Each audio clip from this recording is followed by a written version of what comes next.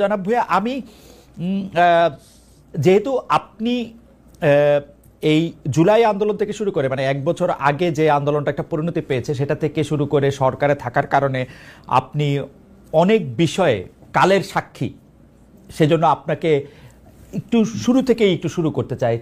জনাব আসিফ মোহাম্মদ সজীব ভাই, আপনি কি করে উপদেষ্টা হলেন? মানে আমি প্রশ্নটা এরকম করে করি, আপনার নাম উপদেষ্টা হিসাবে কে প্রস্তাব করলো বা কিভাবে আপনি উপদেষ্টা পরিষদে গেলেন?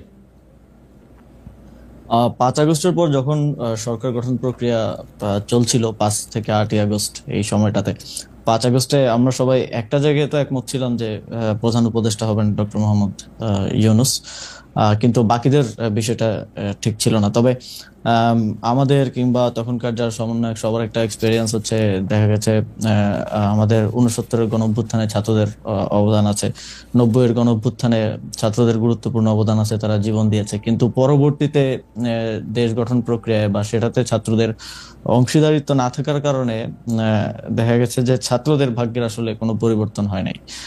আর একটা বিষয় ছিল, সেটা হচ্ছে গণঅভ্যুত্থানের পরে আমরা যখন উপদেষ্টাদের তালিকা নিজেরাও করছিলাম, আরো বিভিন্ন জায়গা থেকে স্টেক হোল্ডারদের থেকে নিচ্ছিলাম তালিকা, তো দেখে আমাদেরও অতটা শিওর হতে পারছিলাম না, কারণ আমরা তো তাদেরকে ব্যক্তিগতভাবে চিনতাম না, আমরা হয়তো টিভিতে দেখেছি বা অনেককে দেখিও নাই। শিওর হতে পারছিলাম না যে তারা কতটুকু গণঅভ্যুত্থানকে ধারণ করে কাজ করবে। তো সেই জায়গা থেকে আমার যতদূর মনে পড়ে 6 কি 7ই আগস্ট টিএসসি তে আমাদের 158 জন সমন্বয়ক সহ আরো যারা গুরুত্বপূর্ণ ভূমিকা রেখেছিল তাদেরকে নিয়ে একটা বৈঠক ছিল। তো ওই বৈঠকেই মোটামুটি সবাই প্রস্তাব করে যে আমাদের মধ্য থেকে ছাত্রদের মধ্য থেকে উপদেষ্টা পরিষদে যাওয়া উচিত। এবং সেখানে যদিও বাকি স্টেক হোল্ডারদের থেকে, যেমন তখন সেনাবাহিনী একটা স্টেক হোল্ডার ছিল, তারপরে রাজনৈতিক দলগুলো স্টেক হোল্ডার ছিল, তো উপদেষ্টা পরিষদে যাওয়া উচিত। তো সব দিক থেকে হচ্ছিল যে 2 জন গেলে, তারপরে সেখানেই সবাই মিলে সিদ্ধান্ত নেয় যে নাহিদ ভাই এবং আমি উপদেষ্টা পরিষদে যাব প্রাথমিকভাবে। পরবর্তীতে তো মাহফুজ ভাই মাননীয় প্রধান উপদেষ্টার বিশেষ সহকারী হন এবং পরবর্তীতে উপদেষ্টা হন। সেটা কি 158 জন সমন্বয়ক যারা ছিলেন তারা নাম প্রস্তাব করে সেটা ঠিক করেছেন? মানে সেটা কি কোনো ভোটাভুটির মাধ্যমে? হ্যাঁ, সমন্বয়কদের মধ্যে যারা উপস্থিত ছিলেন সবার মোটামুটি ঐকমত্যের ভিত্তিতেই আমরা যাই।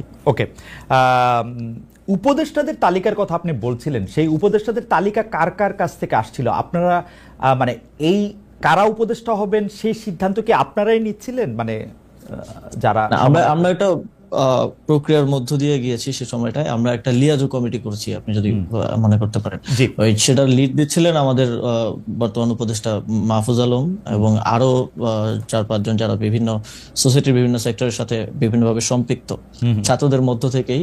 তো ওনারা মিলেই বিভিন্ন স্টেক হোল্ডারদের সাথে, যেমন বিএনপির সাথে আলোচনা হয়েছে উপদেষ্টা পরিষদ নিয়ে, আমাদের মাননীয় প্রধান উপদেষ্টা ডক্টর মোহাম্মদ ইউনূস স্যার একটা লিস্ট পাঠিয়েছিলেন আমাদের কাছে, সেখান থেকে ইনক্লুড হয়েছে, স্যার নিজে অনেককে ইনক্লুড করেছেন। তো সবকিছু মিলিয়ে একটা উপদেষ্টা পরিষদ প্রাথমিকভাবে গঠিত হয়েছিল, পরবর্তীতে বিভিন্ন সময় সেটা আরো বর্ধিত হয়েছে।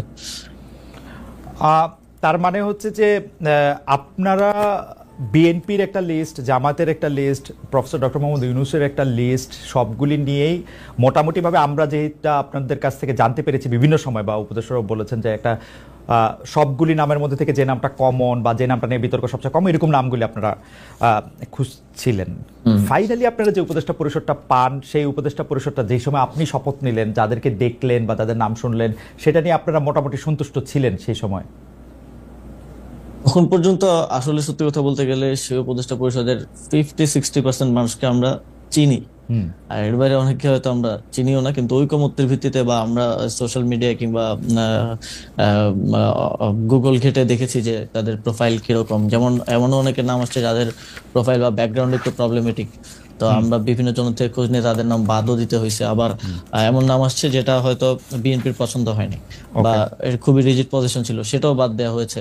তো এইভাবে একটা সর্বজন গ্রহণযোগ্য একটা উপদেষ্টা পরিষদ বানানোটাই, যাতে করে সবার একটা থাকে, এটাই ছিল উদ্দেশ্য এবং শেষ পর্যন্ত সেটা হয়েছে। মূলত এটা কোঅর্ডিনেট করেছিল মাহফুজ ভাই, যে লিয়াজু কমিটি হয়েছিল তারাই। কারণ আমাদেরকে আবার অনেকগুলো যারা নেতৃত্বে ছিলেন তাদের অনেকগুলো দিকে আসলে মেনটেন করতে হচ্ছিল। তো আমরা দেখেছি, আমরা অবগত ছিলাম, বাট পুরো জিনিসটা প্রক্রিয়াটা মাহফুজ ভাই সহ করেছিলেন। ওকে, একটু মানে যেহেতু ওইখান থেকে শুরু করলাম, একটু আর্মি নিয়ে কথা বলি। আপনি জানেন যে আওয়ামী লীগের যারা আছেন তারা সবাই মনে করেন, অনেকেই মনে করেন যে এটা আপনাদের ক্রেডিট না। না, আওয়ামী লীগের সবাই মনে করেন মোটামুটি এটা আপনাদের ক্রেডিট না, দেশের লোকজন কোনো আন্দোলনের মধ্যে কোনো অংশগ্রহণ করে না, এটা দেশি বিদেশি ষড়যন্ত্র এক। আর দ্বিতীয় হচ্ছে সেনাবাহিনী বন্দুকের নল উল্টা দিকে ঘুরিয়ে দিয়েছিল বলে তাদের পতন হওয়া সম্ভব হয়েছে।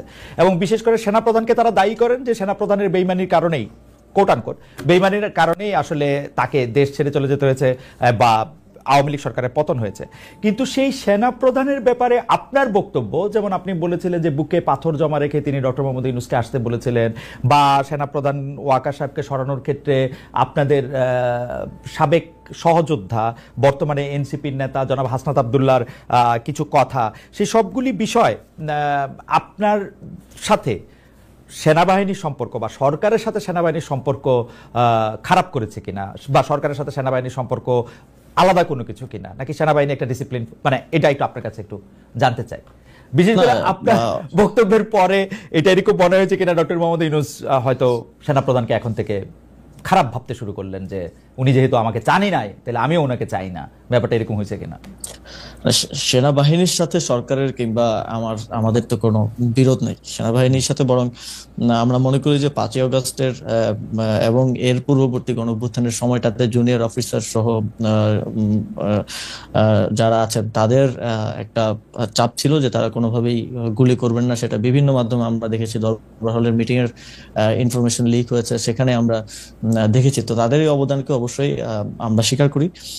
তবে কিছু একটা জায়গায় আমার মনে হয় যে যেই জায়গাটায় কনফ্লিক্ট সেটা হচ্ছে আওয়ামী লীগের প্রশ্নে, যেটা আমাদের যেই সরকার গঠনের উদ্দেশ্যে 6 তারিখ বঙ্গভবনে যে বৈঠক হয় 3 বাহিনী প্রধান এবং রাষ্ট্রপতির সাথে, সে সময়কার আমি আগে একটু বলে নিই, কারণ এর আগে যখন কথা বলছি সবাই অনেকে বলতেছিল যে আমার শপথ ভঙ্গ হয়েছে।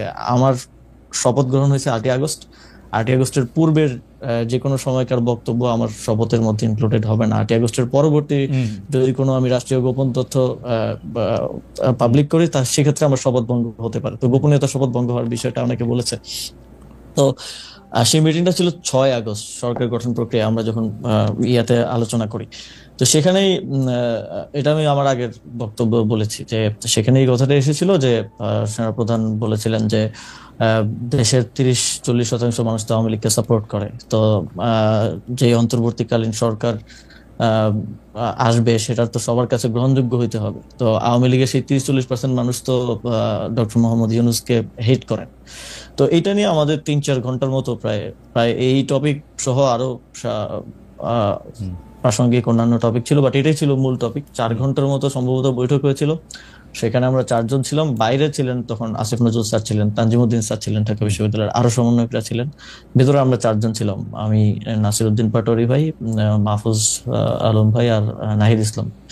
তো তখন মূল আলোচনার বিষয়বস্তু ছিল এটাই। এবং আমি তো আমার আগের সাক্ষাৎকারে বলেছি যে, এবং আমি এটা নিজের থেকে বানিয়ে বলি নাই যে বুকে পাথর চাপা দিয়ে মেনে নিলাম, এটা আমি ওনার বক্তব্যকে কোট করেছি। সো এবং এই বিষয়ে আমার জানা মতে কোনো রিবাটাল বা এরকম কিছু তো আসে নাই। তো সেই জায়গা থেকে আমার জায়গা থেকে আমার মনে হয়েছে যে আওয়ামী লীগের প্রতি সিম্প্যাথি থাকাটা এবং আওয়ামী লীগকে ফিরে আনার কিংবা নানা, যেমন এখন একটা কথা শুনতে পাওয়া যায় যে জাতীয় পার্টিকে প্রধান বিরোধী দল করার জন্য একটা তোড়জোড় চলতেছে।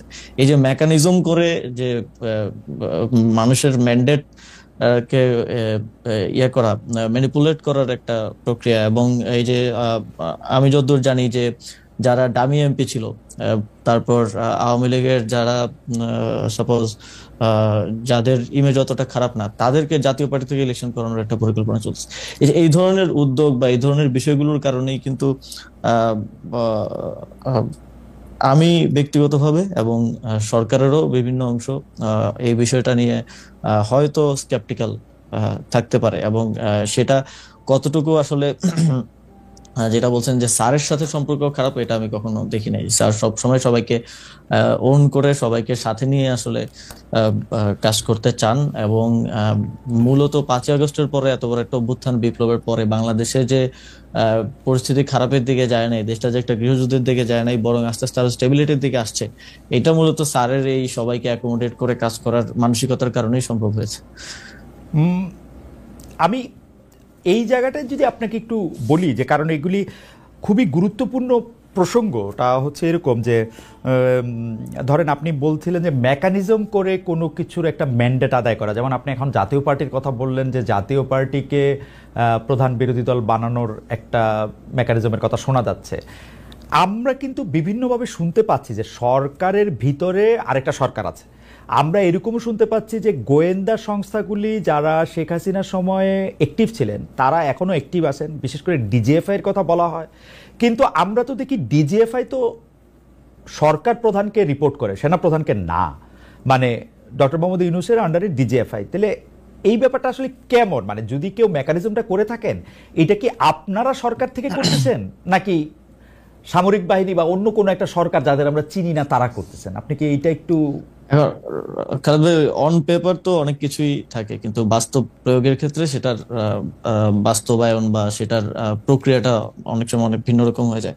আসলে 5ই আগস্টের পরে এখানে শেখ হাসিনা থাকা অবস্থায় যেমন ক্ষমতার কেন্দ্র ছিল শেখ হাসিনা এবং আওয়ামী লীগ রাজনৈতিক দল হিসেবে, 5ই আগস্টের পরে তো ক্ষমতার কেন্দ্রগুলো অনেক অনেক দিকে ভাগ হয়ে গেছে। এখন তো সরকার একমাত্র ক্ষমতার কেন্দ্র না, যেটার আমি মনে করি যে এই ঘটনা প্রবাহে অনেকের অনেক ভুল ছিল। এবং সেই ভুলগুলোর জন্যই দেখা গেছে যে এই ক্ষমতার এই কেন্দ্র বিভাজিত হয়েছে।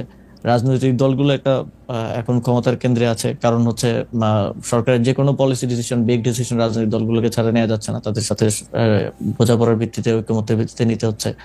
এখানে মিলিটারি একটা ক্ষমতার কেন্দ্র হয়ে উঠেছে 5ই আগস্টের পরে, যেটা 5ই আগস্টে আমাদের রাজনৈতিক দলগুলো সেই ম্যান্ডেটটা ক্যান্টনমেন্টে গিয়ে দিয়েছেন বলে আমি মনে করি। এবং আহ, এই আহ, এই কমপ্লেক্স সিচুয়েশনের কারণে, যে এই যে অন পেপার যেরকম আছে যে ডিজিএফআই প্রধান উপদেষ্টাকে রিপোর্ট করবে, কিংবা যেটা যেভাবে চলা উচিত অন পেপার সেটা সেভাবে তার আসলে চলছে না। তো এই সবকিছু মিলে সরকারের ভিতরে, একটা সরকার না, সরকারের ভিতরে এটা সব সরকারের ভিতরেই থাকে, নানা ধরনের মানুষ থাকে। একটা পলিটিক্যাল গভর্নমেন্ট আসলেও তো আমরা বলি যে এখানে ভারতপন্থীরা আছে, এখানে পাকিস্তানপন্থীরা আছে, এখানে অমুক হচ্ছে আমেরিকাপন্থী। তো এই সরকারটা তো আসলে কোনো ইউনিফাইড জিনিস না, এটা তো এক জায়গা থেকে আসে নাই। এই সরকারের যদি 20 জন লোক থেকে 20 জন লোক 20টা জায়গা থেকে আসছে, তো সেই জায়গা থেকে ওই ক্ষমতার কেন্দ্রটা আসলে এক জায়গায় নাই, সেটা বিভিন্ন ইয়া থেকে মোবিলাইজ হয়। তো অন পেপার যেটা যেভাবে আছে সেটা সেভাবে চলা একটু মুশকিল এই সময়ে। আহ, আমার মনে হয় যে আপনি অনেকগুলি গুরুত্বপূর্ণ বিষয়ে আসলে যতটুকু আপনার পক্ষে বলা সম্ভব একটি সাংবিধানিক পদে থেকে সেরকমই আপনি বলছেন। কিন্তু আমাদের জন্য যদি একটু আপনি পরিষ্কার করতেন, যেমন যে রাজনৈতিক দলগুলোকে এখন আপনি ক্ষমতার কেন্দ্র বলতেছেন, সরকার অনেকগুলি সিদ্ধান্ত আসলে রাজনৈতিক দলগুলোর বাইরে নিতে পারছে না, সেনাবাহিনীকেও আপনি একটা ক্ষমতার কেন্দ্র বলছেন। আমরা কি এরকম বলতে পারি যেরকম আমরা আসলে, মানে আমার কানে যেরকম করে কথা আসে সেটা হচ্ছে যে এখন বাংলাদেশ সরকারের, অর্থাৎ আপনাদের সকল সিদ্ধান্ত নিয়ন্ত্রণ করছে বিএনপি? আমরা কি এরকমভাবে বলতে পারি যে আসলে জেনারেল ওয়াকারের পদপদবীর দিক দিয়ে তিনি আপনাদের সরকারকে রিপোর্ট করার কথা থাকলেও কাগজে কলমে অনেক ক্ষেত্রে তিনি একটি পক্ষ হয়েছেন? আপনি কি এরকমটাই বলছেন? বা আপনি যদি এই ব্যাপারটা আরেকটু ব্যাখ্যা করতেন, যে রাজনৈতিক দল বলতে কি শুধু আপনি বিএনপিকে বোঝাচ্ছেন নাকি জামাত বা এনসিপিকেও বোঝাচ্ছেন?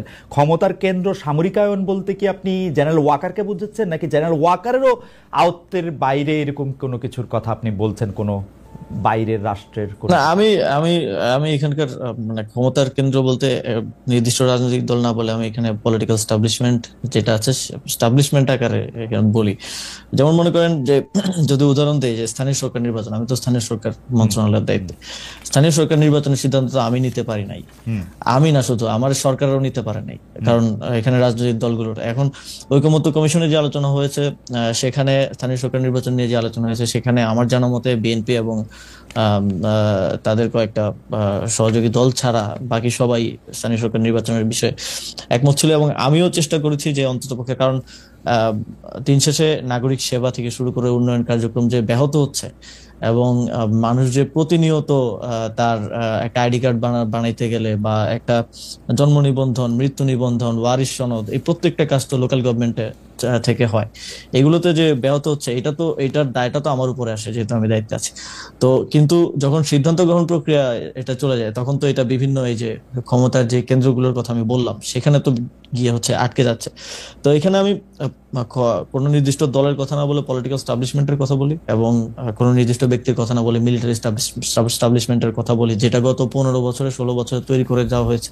এবং আমি মনে করি যে শুধু এই সরকার না, এই সরকার তো অপেক্ষাকৃত একটা দুর্বল সরকার হিসেবে পরিচিত, এই সরকার না, যে পরবর্তী পলিটিক্যাল গভর্নমেন্ট আসলেও তাদের এই যে আওয়ামী যে এস্টাবলিশমেন্ট বিভিন্ন জায়গায় রয়ে গেছে, এইটার জন্য ভুগতে হবে একটা দীর্ঘ সময়, তাদেরকেও ভুগতে হবে, এবং এইটা সেটেল করাটা খুবই টাফ জব হবে পরবর্তী